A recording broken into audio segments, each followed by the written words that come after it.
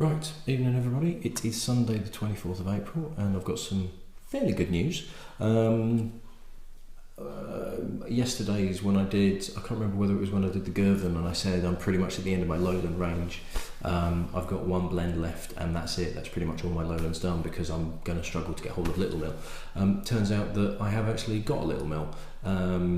After yesterday's video I got a message from Chris Cook, who said, Ben, did we not give you a sample of Littlemill? And it turns out that they had, and I'd just completely forgotten. Gone. So, yes, I have this from Chris Cook. Thank you very much, Chris and Lindsay. This is a 16-year-old Littlemill, bottled by Dunglass, who we've come across a few times before, and I'm a big fan of. They have a range of whiskies released called the Old Malt Cask range, and this is what the bottling looks like. Now, Old Malt Cask range is essentially predominantly single casks, if not all single casks. No chill filtration, no colouring, all the usual stuff that Dunglass do, but they put quite a lot of information on their labelling, and Chris has actually put this information on here as well. So it's a 16-year-old. It was distilled in 1991, in October of 1991, because they even give you the month it was distilled. And it was bottled in January 2008. This is one of 276 bottles from one refill sherry hogshead. Now, it's 50% ABV, and I'm pretty certain that Old Malt Cask, and I could be completely wrong, and I normally am, but I'm pretty certain that Old Malt Cask release at 50%, not necessarily cask strength.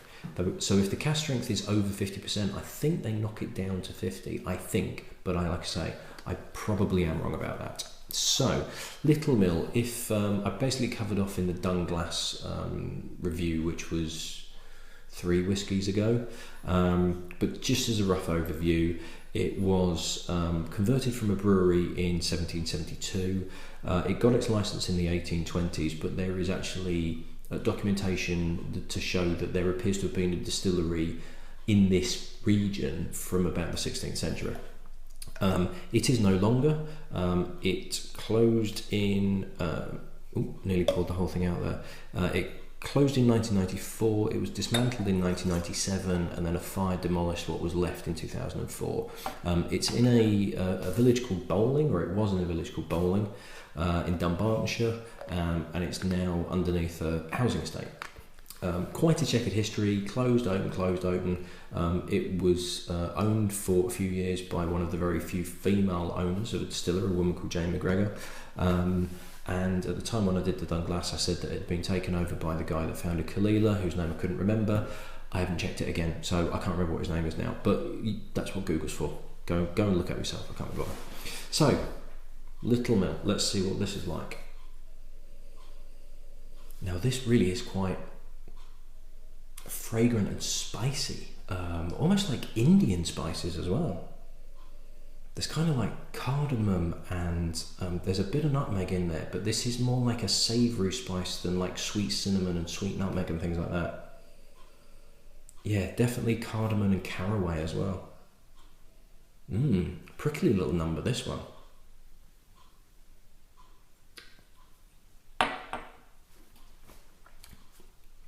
There's a nice sweetness to it, there's a nice maltiness to it as well, and an orangey, like an orange juice vibe to it, which is quite pleasant. Now if you excuse me, I'm just going to grab my glass because I'm fairly certain that this is going to need some water, because already it's kind of been a bit prickly on the tongue. So hey, even at 50% it feels a bit hotter than 50%, so I think I'm going to, there it is.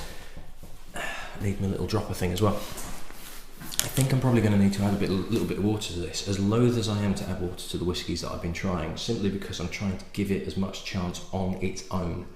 If you need to add water to it, to me personally, it's kind of letting you down a little bit. If you need to add water to open it up, in the main, unless they've been cask strength, they've already added water to it, and if they haven't got that balance right and it needs more water, in my head, they should have done that already. They should have done that work. You shouldn't have to do that work for them. Now, I know loads of people want to add water, and I know some people add water without even trying it beforehand. I'm trying to let this stand on its own first, Plus I've got shaky fingers and I'll probably put too much water in anyway. So I want to give it as much chance without water to start with.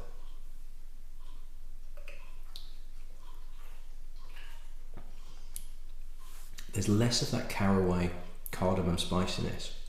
It's still there, but it's very much in the background. But this is really quite orangey. It's like orange peel and orange zest and orange juice. It's like concentrated, and there's a nice sweetness to it as well. So it's almost like kind of orange, like orange opal fruits, orange starburst, that sort of juicy vibe to it. And the sweetness is evocative of that slightly artificial sweetness that you get with opal fruits, but this doesn't taste artificial. It doesn't taste like something nasty's been added to it. It's very, very nice indeed. It's really, really good. I'm liking this a lot. Now I'm going to put, because I've got a little bit left, I'm going to put a couple of drops of water in just to see if that does help a little bit. But to be perfectly honest, having had a couple of tastes of it, it doesn't really. Just going to put a couple of drops in. Not that many. Just to see if that'll open it out a little bit. And hopefully it's going to bring more of that orangeness out and just temper that little heat that is there. But to be honest, the heat's quite pleasant. See, now that spiciness is just tempered down slightly and the orange is coming through a bit more.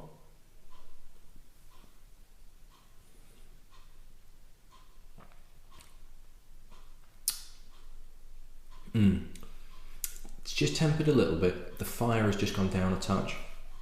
But yeah, orange is the overriding power that I get.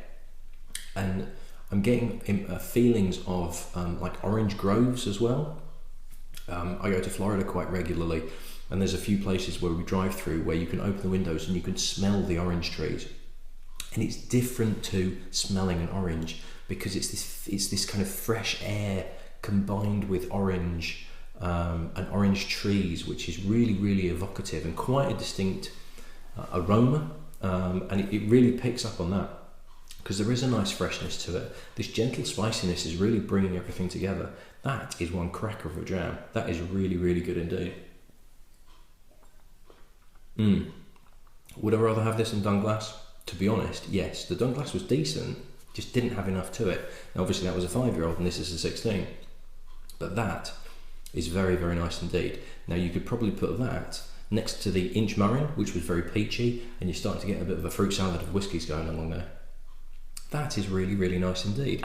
Right, Chris, thank you for reminding me that we had Littlemill. Thank you for providing it in the first place.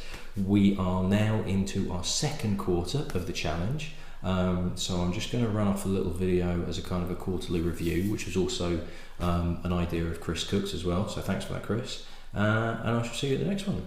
Cheers.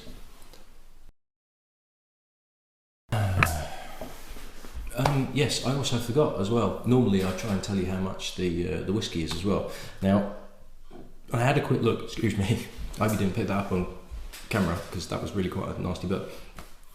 I've had a quick look on the net and I can't find anywhere selling it regularly, this old Walk-Cast Littlemill.